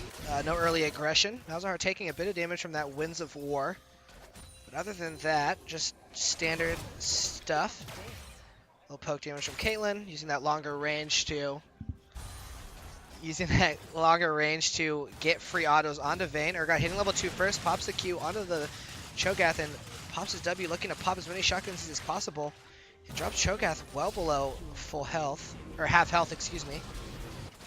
Sejuani onto her red buff, opted for Wolves instead of the Raptor camp. Gragas getting there now, so a little farther behind than Sejuani, but not by much. Q lands onto Cho'Gath again, and into the W. Cho'Gath taking a ton of damage from this Urgot, but minions actually making that trade not as advantageous for Urgot as he might like.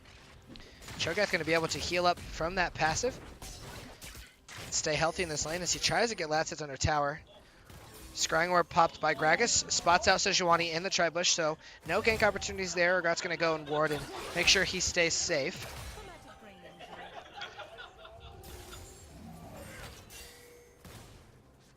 And Urgot and Gragas actually hunting for this Sejuani. Gragas body slams over the wall. Going to try and perhaps take some Krugs here. Cho'Gath opting to farm under towers. There is a big wave there. Q forward from Sejuani. Gets the 4th proc of her passive into the east stun, but Urgot coming around. Cho'Gath looking to pinch her here, but looks like Urgot's just going to churn onto the Cho'Gath. Pop those shotgun knees, Rupture, and Feral Scream lands onto the Urgot, so avoids the rest of that damage. And Galio actually has roamed up here, so we have a 3-man squad looking to pressure Cho'Gath away from the farm. Vayne gets a condemn into the wall, but the Thresh hook lands. Thresh flays Vayne into the Terror, but not before Tahm Kench can eat her and get her away from that damage. And that shows the power of Tahm Kench right there. A very good play from the Thresh. Turned into null and void when Vayne has that getaway free card, able to get free poke onto Caitlyn with that condemn into the wall.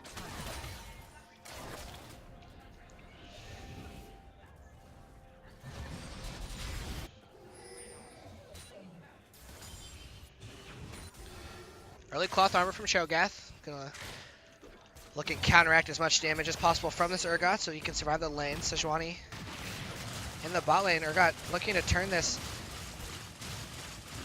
aggro play from Cho'Gath, but dropped very low. Cho'Gath staying away from the last shotgun. He hits the Rupture, but Flash matches Urgot, and Gragas takes the Blasting Clone over the wall, and that is first blood for Urgot. Cho'Gath getting a little too aggressive, trying to get the kill. Urgot was very low, so not a awful play, but Gragas being in the right place in the right time gets that Blasting Plant over and allows Urgot to get away with his life.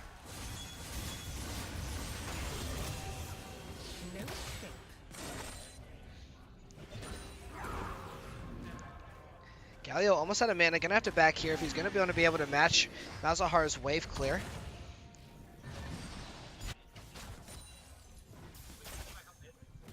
Urgot's gonna go back to base and spend his 18 gold lead plus that first blood to get a nice item. Interested to see what he opts in for. Opts in for the Phage, so on top of the health and AD that it provides, excuse me, he's actually undone that. Instead goes for a call and a longsword. So looking to play the long con here. Opts for out of the completed Phage item, instead builds the components and a call. Is going to look to get that call as early as possible. Gonna hold on for a second here. Thresh hits the hook and goes on, but not before Tumkench eats the Vayne and actually causes Thresh to fall the hook all the way under tower, putting him in a bad spot and making him flash away from the danger there. That call on Urgot, once he starts getting last hits, he gets 100 last hits with that call, will give him a nice boost of gold. So increasing his gold gained by a little bit. Engage from this bot lane. Galio comes down, lands onto the Thresh. Tahm Kench eats the Caitlyn, and Caitlyn dies to the Galio just as punch. Sejuani down there to counter gank, but there's not much she can do. Tung picks up the kill onto Thresh, and it's a 3-0 start from Team Boosted Animals. It's not a good start for Team 3 Fist Brown, down 2,000 gold 7 minutes into this game. Galio having so much roam potential from the mid lane. Not only does he give the damage reduction, but the CC that is provided when he falls makes it very hard to turn those ganks. Infernal being the first dragon can allow the red team to be even stronger than they already are. Q landing onto Cho'Gath. Urgot looking to get aggressive instead. Runs away. But yeah, then Infernal Dragon being able to increase their AD and AP, gonna make it even harder to catch up this early gold lead that Team Boosted Animal has accrued. Urgot killing this pink ward in lane. Malzahar. Malefic Visions, gonna bounce to those minions, get those last hits. If we look at the items, Vayne and Caitlyn both getting her BF sword, so fairly equal in gold. Lost chapter completed by Malzahar as well as boots. Ruby and Sapphire Crystal from Galio is going to go that Catalyst, go Rod of Ages, and get that scaling health, mana, and AP. Malzahar up in this top lane, and Sejuani. Ghost pop by Malzahar. Urgot eing forward, looking to catch the Cho'Gath out. QW from the Sej, and the Cho'Gath Feast is going to allow Malzahar to pick up that kill. Galio 2v1ing Caitlyn and Thresh. Flay backwards. Caitlyn getting her autos off. Looks like we have almost a lane swap. Bot just going mid and trying to cover the roam that Malzahar did while the bot side from Boosted Animals had backed. So well played by them.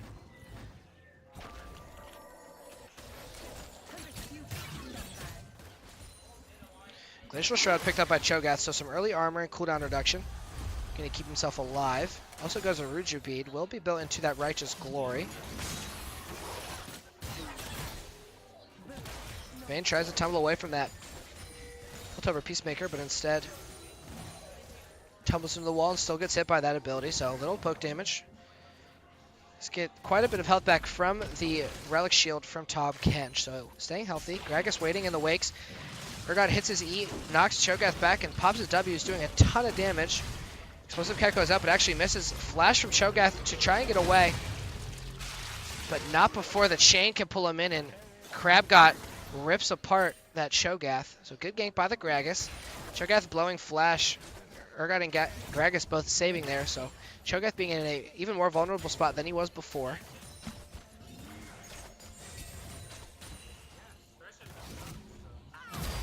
Tumble forward from Vayne. Dodges the Thresh hook, gets played backwards. Galio drops onto the Vayne. Trying to keep her alive here. Looks like they're going to turn their sights onto Thresh. Thresh just looking to stall while Caitlyn autos on the backside. Caitlyn a little too far up. Thresh giving his life up to keep this Caitlyn alive. Sejuani a little too late on the counter gank, and another pickup in this bot lane. Galio ult being used almost exclusively down here to turn these 3v2 ganks. Sejuani ult goes down, but Tahm Kench eats her right up and keeps her safe while that CC goes on. 3-man taunt from the Galio, but the Malefic Visions into the Voidlings drop to counter that engage, and a failed roam here in the bot lane. Sejuani cues away from the Vayne Condemn into the wall. Malzahar here hits his E and the Q on the Tahm Kench. Tahm Kench pops his E, tries to ult the Vayne, but Tahm Kench gets the Devour off, and Malzahar is going to go down. Sejuani very low under tower. Galio E's forward, tries to flip her back, pops that W for the shield and the auto attack. He's getting those consistent autos. Barrel roll goes out. Thresh trying to keep himself alive, but Urgot tanking the tower is going to allow Gragas and Vayne and Galio all to get out scot-free. And what ends up being a 3 for none here in the bot lane is also going to net for a split tower. And Team Boosted Animals very early on going to pick up a gold lead here. We'll see how much it is after the tower. It's a 5,000 gold lead 11 minutes into this game. 8-1 in kills. Looks like they're going to swap lanes again, looking to try to push his tower down. At least Tahm Kench will be up there to help the Urgot. Perhaps leave the Vayne alone in a solo lane. We'll see if that plays out.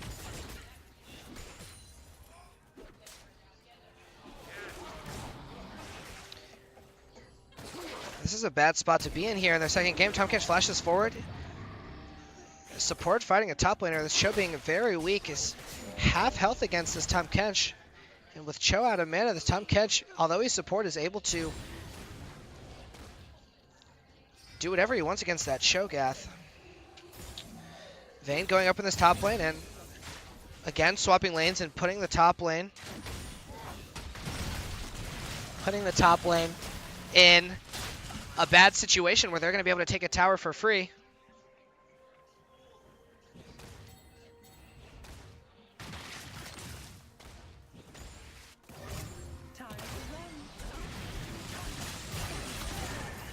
Urgot and Galio in the mid lane, so just wave clearing while Vayne sits top and wave clears. Gonna look to pressure this tower. Cho'Gath gonna go up and match her, but not sure if he has anything that he can do against her. Ping's going out onto the Urgot. Urgot's east forward, but gets hit by the Thresh Shark. Thresh play backwards, and Galio turns his sights onto the Caitlyn, gets the taunt into the Sejuani. Caitlyn actually gets out and is safe on the backside. Tahm Kench in the Gragas, who is low. Galio drops down, is gonna get a 3-man knockup into the exhaust onto Caitlyn. Malzahar onto Galio isn't going to be enough as Thresh falls to the Galio, and Urgot hitting his Q is going to look to kill Sejuani. Galio actually falling to Thresh, so dying to that Ignite more than likely. So interesting kill picked up on the back end, but a 1-for-1 trade.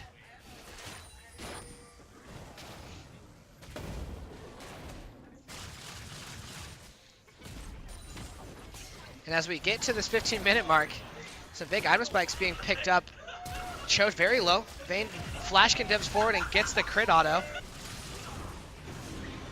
Ends up killing the Cho'Gath solo and is going to be able to take at least a big chunk of damage onto this top tower. Black Cleaver being completed by Urgot. Cinderhulk onto Gragas. We have Abyssal Scepter from Galio. Trinity Edge from Vayne.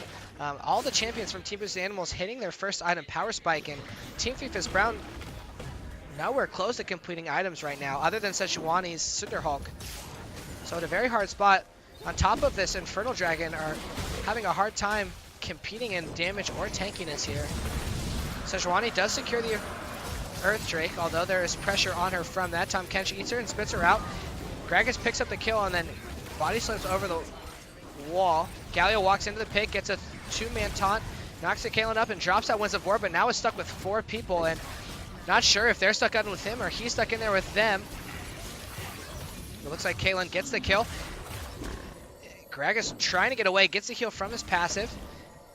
Barrel roll doing a lot of damage, and Gragas is going to get out. And Galio with the long range ult pulls him into those chains and gets a free kill on that Thresh, getting a little too aggressive trying to chase that Gragas down. Picking up 2 kills is good for Team 3 Brown when they're such a deficit, looking for any kind of gold, but this gold lead being pushed to 5,500 15 minutes in. Now 6,000 It's harder and harder to come back in this game. Sound like a broken record from the first game here, but just being outplayed on the map. Mechanically being able to keep up, but these rotations and team plays with the Galio making it very hard for them to keep control of the game, as it seems like Team Boosted Animals is one step ahead on where they want to be and what they want to do at all times. Team 3 Fist Brown going to have to find a way to counteract that, or it's going to turn into another quick game like we saw in our game 1.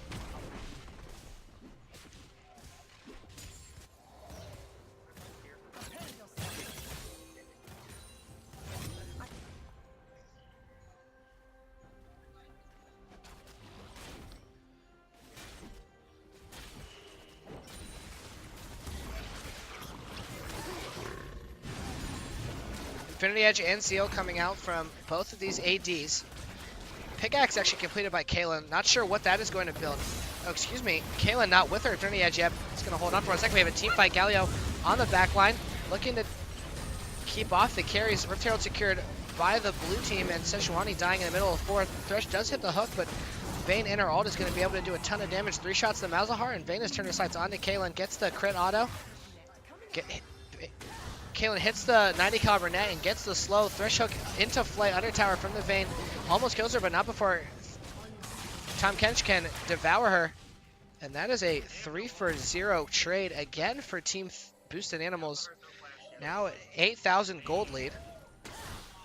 And it seems like everywhere they turn to make a play, there's an outplay potential that Team Boosted Animals finds their way to get to. Rift Herald popped in this mid lane, so gonna look to take tier 2 tower. With Team 3 Fist Brown just now spying, not sure if there's anything they're going to be able to do to stop it. It's going to be their 4th tower of this game.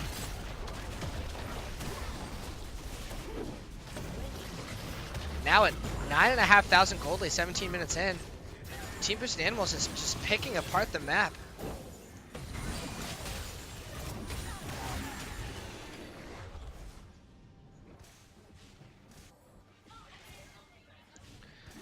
Team 3 Fist Brown is going to have to stall this game out for a very long time and allow Cho'Gath to get to that tank spot that he's known for, which will be in quite a while. Down 60 CS to this Urgot is nowhere close to completing even one item. Kaylin will get out-damaged, outscaled by this Vayne. Malzahar won't be able to do anything to Galio as he builds more of these tank stats. And this is a very big hill to climb for Team 3 Fist Brown. There's going to need to be a lot of misplays from Team Boosted Animals. It's definitely their game to lose here.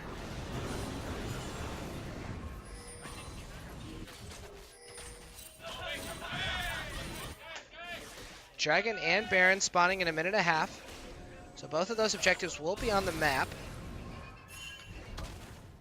Team 3 Fist Brown's going to have to find a way to get some towers, or their global gold is going to go under, or become even bigger of a deficit. Tahm Kench and Vayne ulting into this top lane, looking for the Cho'Gath kill. Cho'Gath hits a 2-man rupture and turns his sights onto Vayne to try to get the rupture, or the feast. Tahm Kench eats him, is condemned into the wall, and Vayne gets that last hit. That is a clean kill by the Vayne Tahm Kench duo. Now with Gragas and Tahm Kench in this top lane, going to turn their sights onto their 5th tower this game. Urgot free to split push in this bot lane.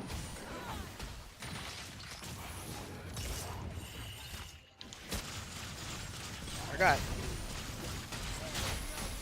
looking to hit this tower, but Sejuani getting in the way of that W. Galio all drops down for the damage reduction. Urgot whiffs the ultimate, is very low, but Sejuani now with the damage to take it and dies to minions. Galio picking up the kill. And that bot lane turret's going to now fall down to Team Boosted Animals, picking up their 5th turret and putting them 11,500 gold in the lead. Thresh hook lands onto Galio into the Malzahar ult, picks up the kill. Thresh flash boxes to stop the Vayne from advancing. Thresh dying 1v1 to the Vayne. Vayne gets the 3 proc onto Malzahar, gets that kill. Actually autos a minion, so won't be able to pick up the Caitlyn kill. Thresh W's there to safety, and now they're going to take their 6th tower.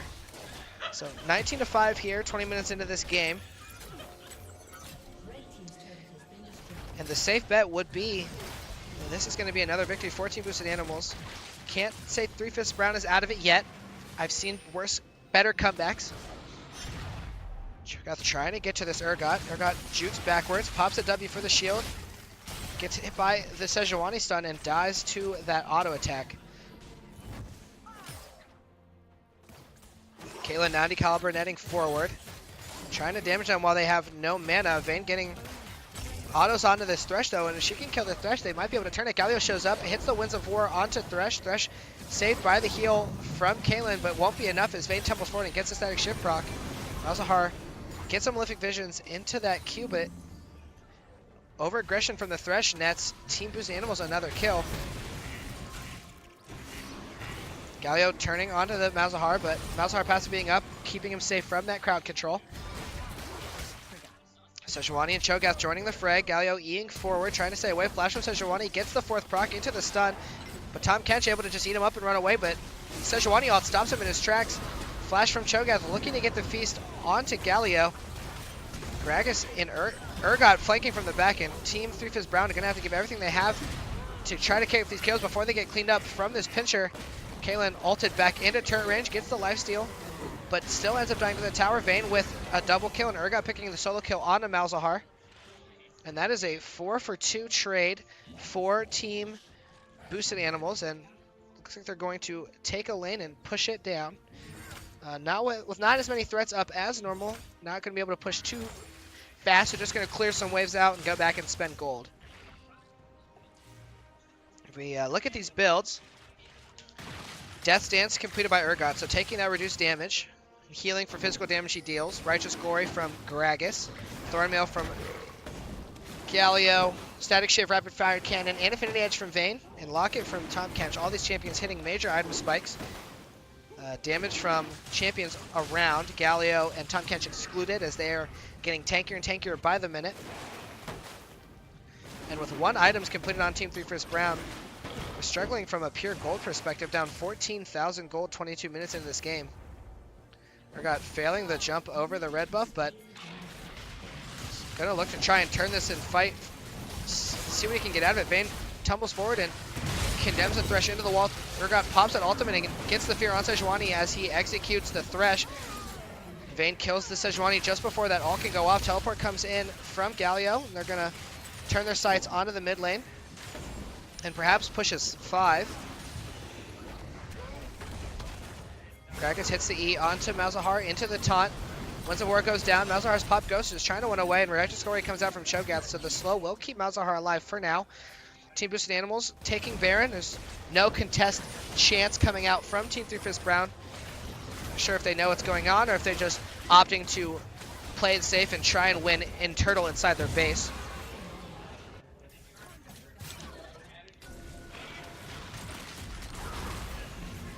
Urgot and Gragas looking to stave off this aggression. E forward from the Galio into the 2-man taunt. Alt drops onto Cho'Gath, but doesn't die. Dies to Galio instead. Thresh dies to the Galio as well, and that's a double kill. Gragas picking out the Malzahar kill with that explosive cast. Urgot shooting the ult and missing it to Caitlyn. 4 from this Team Boosted Animals going in the top lane, pushing this inhib down and leaving Urgot in the middle to push this mid wave as well. Sejuani spamming that laugh. Q's away, trying to stay alive and pad that KDA stat. Baron minions crashing in. Not sure if Team 3/5 Brown has any way to get out of this. Thresh and Sejuani trying to damage this Galio, but having trouble even doing that. Galio gets ulted by the Malzahar into the Thresh hook, into the play. Vayne AoE team fighting, or doing AoE damage to this Urgot, and that is going to be the 2nd win and the win for the weekend from Team Boosted Animals. Congratulations, and we will see you guys next week at the RG Arena.